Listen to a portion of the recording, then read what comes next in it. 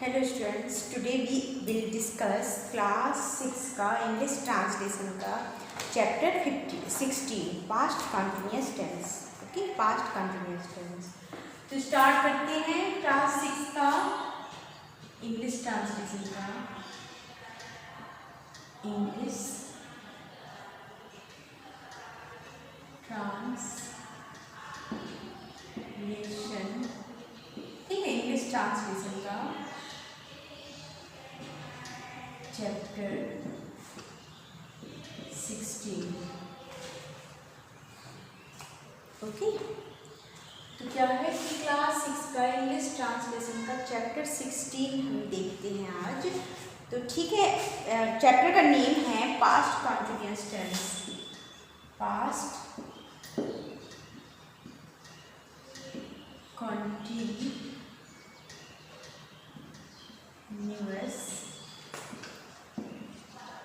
Tense. Okay, past continuous tense. तो start करते हैं। एज यूजुअल क्या होता है, सबसे पहले पहचान। तो हम पहचान लिखेंगे कि हमारे पास्ट कंटिन्यूअस टेंस की पहचान क्या है। ओके, पास्ट कंटिन्यूअस टेंस की पहचान क्या है, यानी हम कैसे पहचानेंगे कि जो हमारा वाक्य है वो पास्ट कंटिन्यूअस टेंस है। ओके, एक मिनट।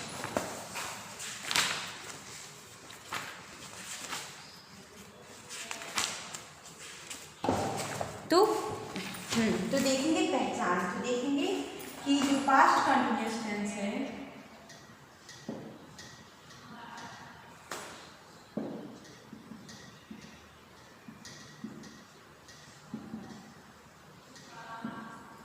पास्ट कंटिन्यूअस टेंस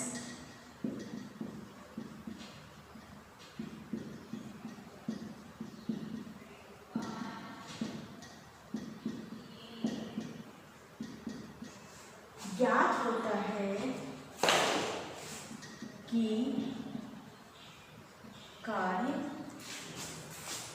कार्य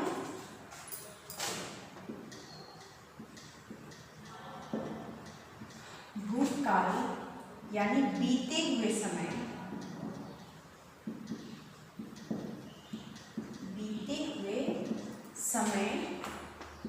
में जारी था और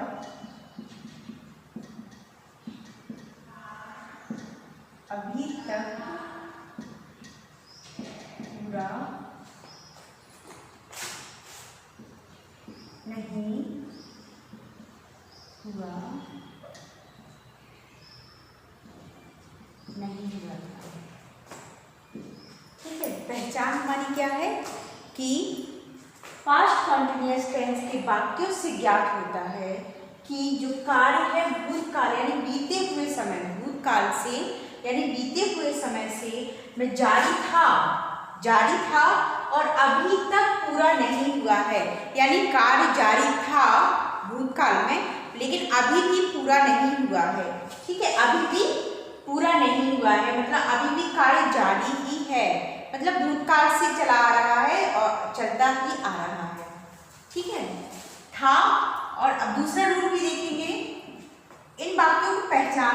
तो इस काल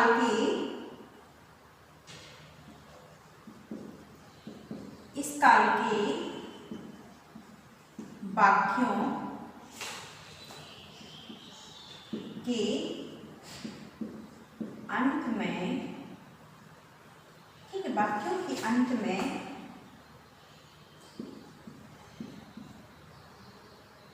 रहा था, रही थी, रहे थे, ठीक है, आदि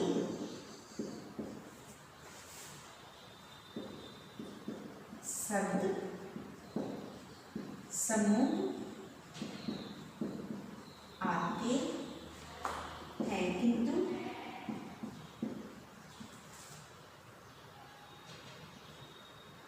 कार्य के जारी रहने की अवधि नहीं दी जाती। ठीक है, एक तो पहचान ऊपर क्या था कि जो कार्य है वो क्या हमें बताता है कि भूतकाल से कार्य जारी है और अभी तक कार्य पूरा नहीं हुआ है। सेकंड, इस काल के वाक्यों से अंत में, इस काल के वाक्यों के अंत में रहा था, रही थी, रहे थे आदि शब्द समूह आते हैं। ठीक है, क्या होता है कि वाक्य जब हम देखते हैं तो उसमें क्या देखते हैं कि रहा था, रही थी, रहे थे, ये हमें देखने को मिलता है, किंतु कार्य के जारी रहने की जो अवधि नहीं दी जाती है। ठीक है, अवधि प्राप्त नहीं होती हमें, लेकिन हमें क्या होता है, कार्य जारी रहता है, ये पता चलता है कि कार्य जारी था। ओके, तो ये हमारा क्या है, पहचान है पास्ट कंटिन्यूअस टेंस की। अब हम चलते हैं रूल्स पर पास्ट कंटिन्यूअस के।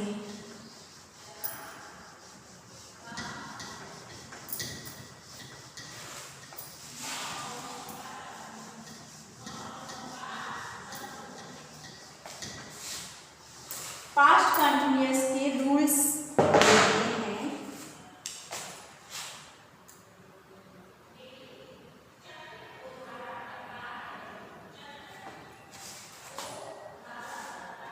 ठीक है,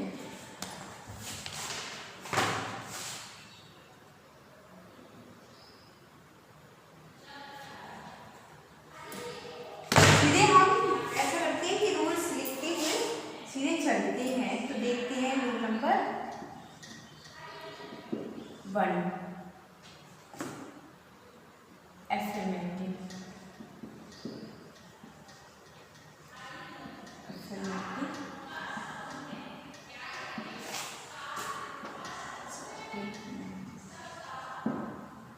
एफर्मेटिव स्टेटमेंट से ही सकारात्मक वाक्यों। ठीक है, एफर्मेटिव स्टेटमेंट्स सकारात्मक वाक्यों में क्या है कि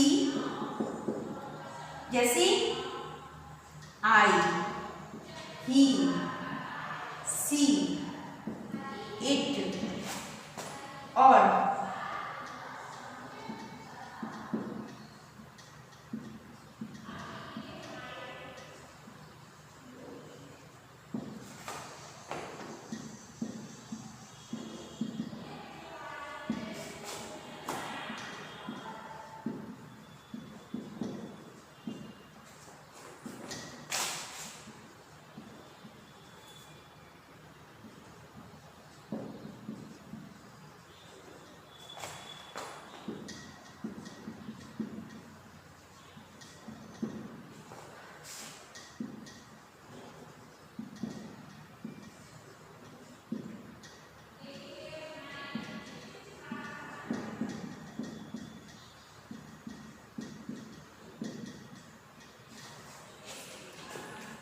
क्या है कि आई, ही, सी, इट तथा अन्य सिंगुलर सब्जेक्ट के साथ बाज तथा वर्ब की फर्स्ट फॉर्म प्लस आईएनजी का यूज करते हैं। ओके, और जैसे वी, यू, दे तथा प्लूरल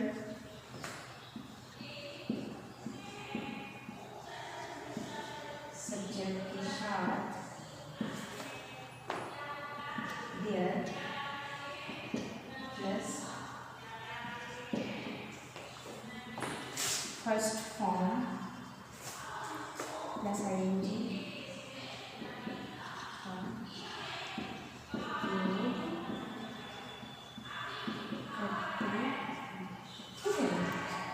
क्या है कि हमें बाद में और वर्ब में आईएनजी का यूज करना है। तो ठीक है, बी, यू, दे तथा जो प्लूरल सब्जेक्ट है उनके साथ हम क्या करेंगे, बेयर का यूज करेंगे, लेकिन वर्ब हमारी फर्स्ट फॉर्म में ही रहेगी और उसमें हम आईएनजी ऐड करेंगे।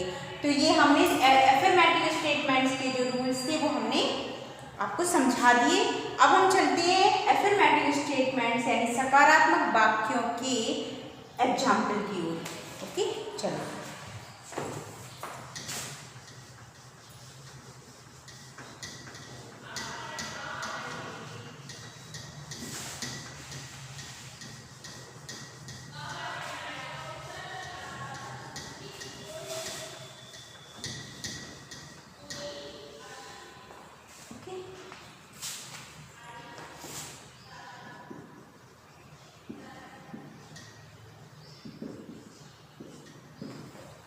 एग्जाम्पल जैसे मैं पत्र लिख रही थी। तो पहचान क्या थी? जैसे मैं पत्र लिख रही थी, तो रहा था, रही थी, रहे थे, ठीक है। और वाक्य कैसा है? हमें क्या पता चलता है कि वाक्य जारी था, और अभी भी क्या है? जारी ही है, पूर्ण नहीं हुआ है, ठीक है। तो मैं पत्र लिख रही थी, तो आई के साथ हम बाद में लगाएंगे ना, तो आई वाज लिखना, राइट का वर्ब में क्या करेंगे? फर्स्ट फॉर्म लगाएंगे और आईएनजी ऐड करेंगे, तो writing a letter, full stop. Okay, मैं पत्र लिख रही थी, तो I was writing a letter. और वह मुझे कहानी सुना रहा था, ठीक है। जैसे वह मुझे कहानी सुना रहा था, तो रहा था, रही थी, कार्य भी हमारा क्या है? जारी है, समय से चला आ रहा है, पहले से ही कार्य क्या है? चला आ रहा है। तो क्या बता रहा हमारा? ये पास्ट कॉन्टिन्यूअस टेंस है, तो इसमें कैसे करेंगे? ही के साथ हम क्या लगाएंगे? हेल्पिंग वर्ब बाज, तो ही बाज सुना रहा, टेलिंग मी, मुझे है ना, telling me a story, full stop. Okay, गाय खेत में चल रही थी, गाय खेत में चल रही थी, ठीक है। तो गाय का काऊ, बाज grazing in the field,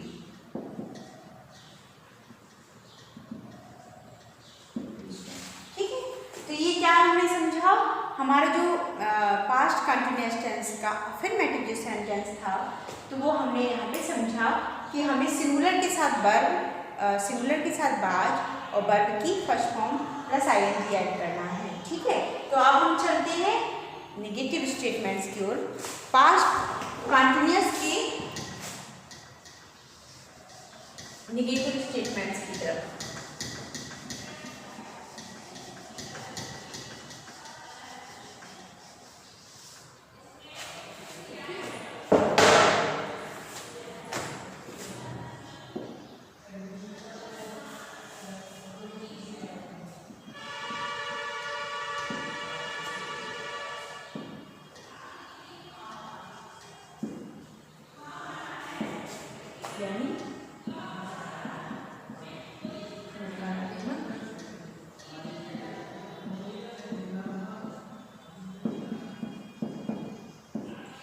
negative statements यानी नकारात्मक वाक्यों में, नकारात्मक वाक्यों में क्या? मैं सब्जेक्ट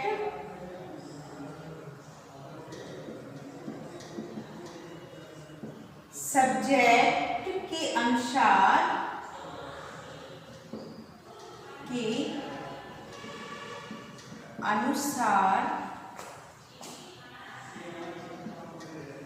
बाज देयर के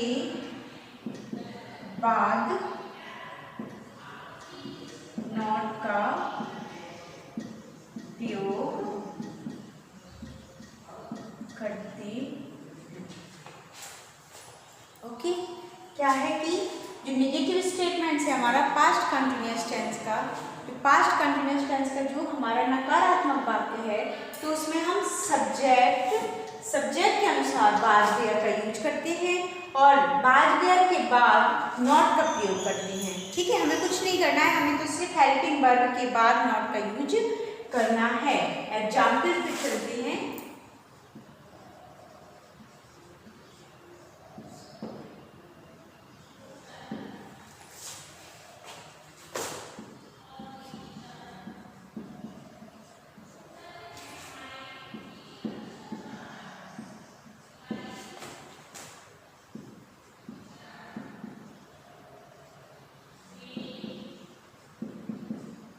जैसे वे पहाड़ी पर नहीं चढ़ रहे थे। ठीक है, तो दे, ठीक है, हमें प्लूरल के साथ बेयर लगाना है, तो बेयर नॉट आईएनजी लगेगी ना वर्ब में, तो क्लाइंबिंग ऑन द हिल। ठीक है, तो वे पहाड़ी पर नहीं चढ़ रहे थे, वे पहाड़ी पर नहीं चढ़ रहे थे, तो they were not climbing on the hill. तो हमें इसमें क्या पता करना था कि नॉट हम कहाँ लगाएंगे, नेगेटिव हमारा वाक्य है तो नॉट हम कहाँ लगाएंगे, तो वेयर के बाद हमें हेल्पिंग वर्ब के बाद हमें नॉट लगाना है। और जैसे मंजू केक नहीं खा रही थी। ठीक है, तो मंजू केक नहीं खा रही थी, तो मंजू, ठीक है, मंजू बाज। ठीक है, हमें क्या करना है, हेल्पिंग वर्ब, सब्जेक्ट के अनुसार हमें हेल्पिंग वर्ब रखनी है और हेल्पिंग वर्ब के बाद हमें नॉट लगाना है। तो मंजू बाज नॉट, अब हमें वर्ब में आईएनजी लगानी है, having cake, full stop. Okay, Manju cake नहीं खा रही थी। और देख लेते हैं एक और, जैसे सगुन परीक्षा की तैयारी नहीं कर रही थी। ठीक है, तो सगुन परीक्षा की तैयारी नहीं कर रही थी, तो सगुन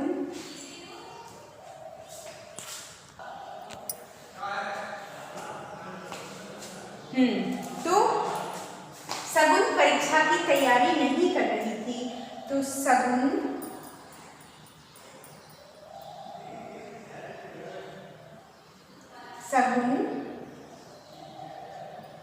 वाज नॉट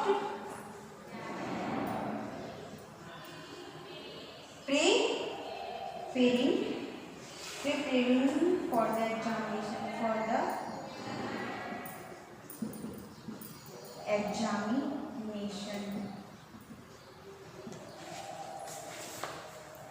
ओके, तो क्या है, सगुन परीक्षा की तैयारी नहीं कर रही थी, तो सगुन सिंगुलर है ना, तो सगुन was not preparing for the examination. Okay, तो क्या है कि ये हमने क्या समझा, आपका पास्ट कंटिन्यूअस टेंस का नेगेटिव स्टेटमेंट्स में हम जो वाक्य हैं वो कैसे बनाते हैं वो हमने यहाँ पे देखा, आपको दिखाया, बनाया, विद एग्जाम्पल समझाया। अब हम नेक्स्ट चलते हैं अपना थर्ड यानी इंट्रोगेटिव स्टेटमेंट्स की ओर। ओके, तो देखते हैं इंट्रोगेटिव स्टेटमेंट्स।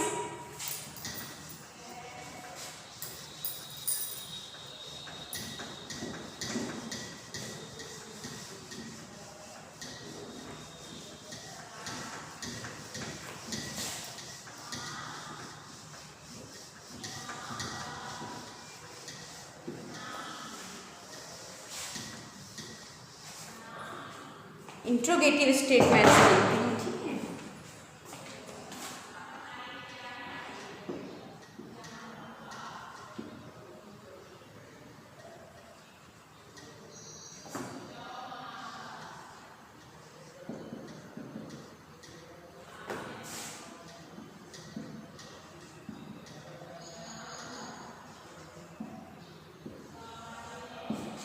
यानी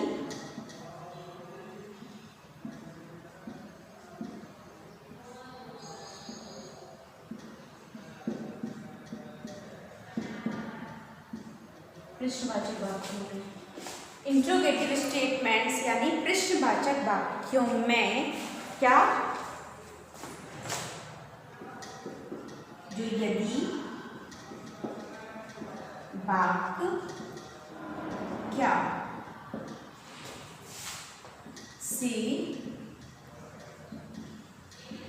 शुरू होता है तो सर्वप्रथम बाज बियर के बाद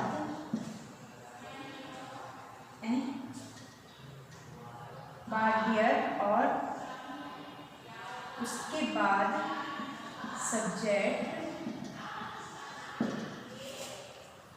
सब्जेक्ट प्लस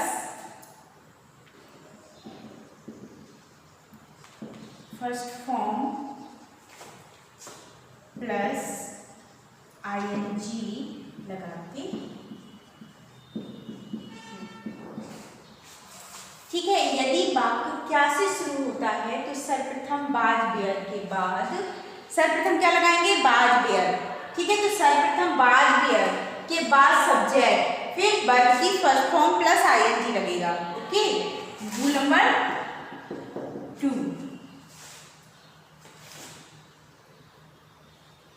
प्रश्न सूचक,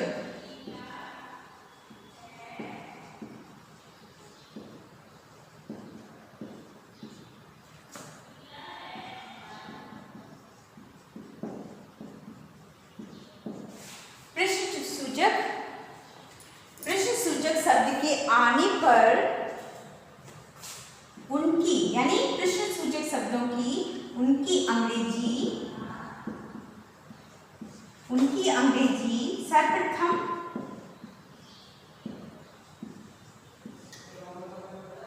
लगाते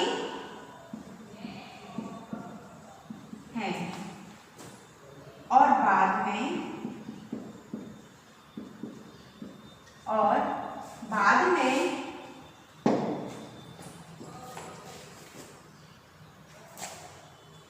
बाज बियर तथा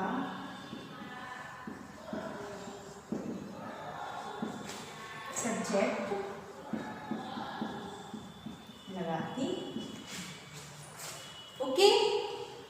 तो क्या देखा हमने कि यदि वाक्य क्या से शुरू होता है तो सर्वप्रथम बाज बियर के बाद subject plus first form plus ING लगाती हैं।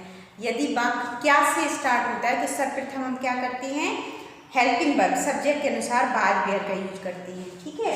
सेकंड, प्रश्न सूचक शब्द, प्रश्न सूचक शब्द मीन्स जैसे what, where, which, why,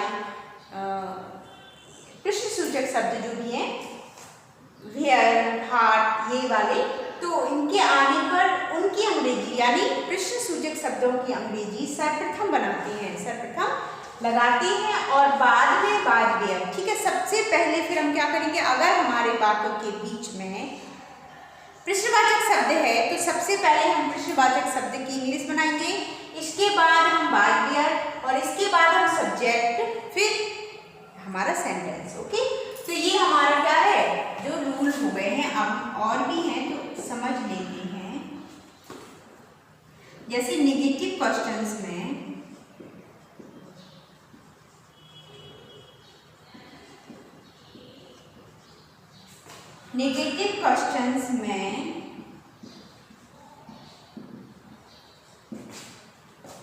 subject के बाद नॉट लगाती हैं। क्या करते हैं, नेगेटिव क्वेश्चंस में सब्जेक्ट के बाद नॉट लगाते हैं। नेगेटिव क्वेश्चंस में क्या करते हैं, सब्जेक्ट के बाद नॉट लगेगा। ठीक है, अभी एग्जाम पे हम बताएंगे आपको। और लास्ट में क्या करते हैं, और जो प्रश्नवाचक वाक्य होते हैं, प्रश्नवाचक वाक्यों के अंत में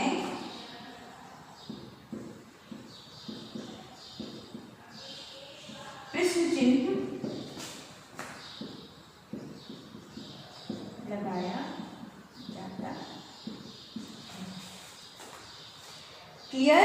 नेगेटिव स्टेटमेंट्स में सब्जेक्ट के बाद नॉट लगाएंगे और जब हमारा वाक्य कंप्लीट बन जाएगा, हमारा प्रश्नवाचक वाक्यों के अंत में प्रश्न चिन्ह यानी क्वेश्चन मार्क लगाना भी कंपलसरी है। ओके, तो ये हमारा क्या है, इंट्रोगेटिव स्टेटमेंट्स के सारे रूल्स हैं। अब हम एग्जाम्पल आपको समझा देते हैं। ओके,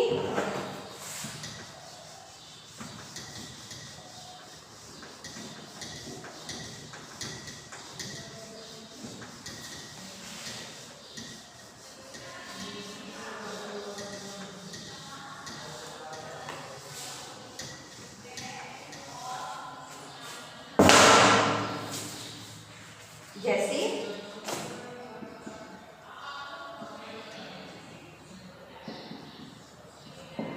एग्जाम्पल देखेंगे, जैसे लड़की क्यों रो रही थी। क्या है, लड़की क्यों रो रही थी। तो जैसे हमने क्या बोला, यहाँ क्वेश्चन मार्क आएगा। अगर वाक्य के बीच में प्रश्नवाचक शब्द आता है, यदि वाक्य के बीच में प्रश्नवाचक शब्द आता है तो सबसे पहले हम उसकी इंग्लिश बनाएंगे, तो क्यों। भाई, अब हम हेल्पिंग वर्ब देखेंगे सब्जेक्ट के अनुसार। तो लड़की है ना, तो यहाँ बाज सिंगुलर ही आएगा ना, was the girl crying. Cry में आईएनजी, वर्ब में क्या करना है, हमें आईएनजी लगाना है और वाक्य के लास्ट में क्वेश्चन मार्क लगाएंगे। ओके, और क्या कल बारिश हो रही थी।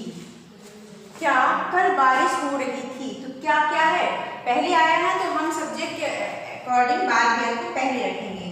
तो बाज इट रैनिंग यस्टरडे और क्वेश्चन मार्क। ठीक है, एक और देख लेते हैं। वे फिल्म कहाँ देख रहे थे। ठीक है, तो दे कहाँ है ना बीच में, तो दे नहीं लगाएंगे, हम कहाँ लिखेंगे, where. Where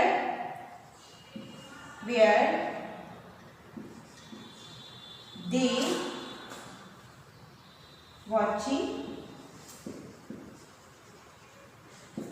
watching movie, question mark. Okay, वे फिल्म कहाँ देख रहे थे, तो वेयर दे वॉचिंग मूवी। तो हमने क्या किया, आपको पास्ट कंटिन्यूअस टेंस समझाया आज हमने आपको। ठीक है, क्लास 6 का आज हमने पास्ट कंटिन्यूअस टेंस यानी चैप्टर आपका 16 कंप्लीट करा दिया। नेक्स्ट चैप्टर नेक्स्ट वीडियो में लेके आएंगे। ठीक है, तो इसको जो एक्सरसाइज है इसमें होमवर्क वाली, वो आप कंप्लीट करिएगा और वीडियो को लाइक और सब्सक्राइब करिएगा। Thank you. और एक्सरसाइज दी गई है ना इसमें, क्या है कि Hindi to translate Hindi to English और इंग्लिश टू हिंदी, वो भी आपको कंप्लीट करना है। ठीक है, तो एक्सरसाइज दी गई है, वो आप कंप्लीट करके लाइए। हमने आपको विद एग्जाम्पल पूरा समझा दिया है। अब आपको जो होमवर्क वाला जो वर्क है वो आपका है, तो आपको कंप्लीट करना है। इससे पता चलेगा हमें कि आपको कितना समझ में आया, आपने कैसे कर पाए आप। ओके।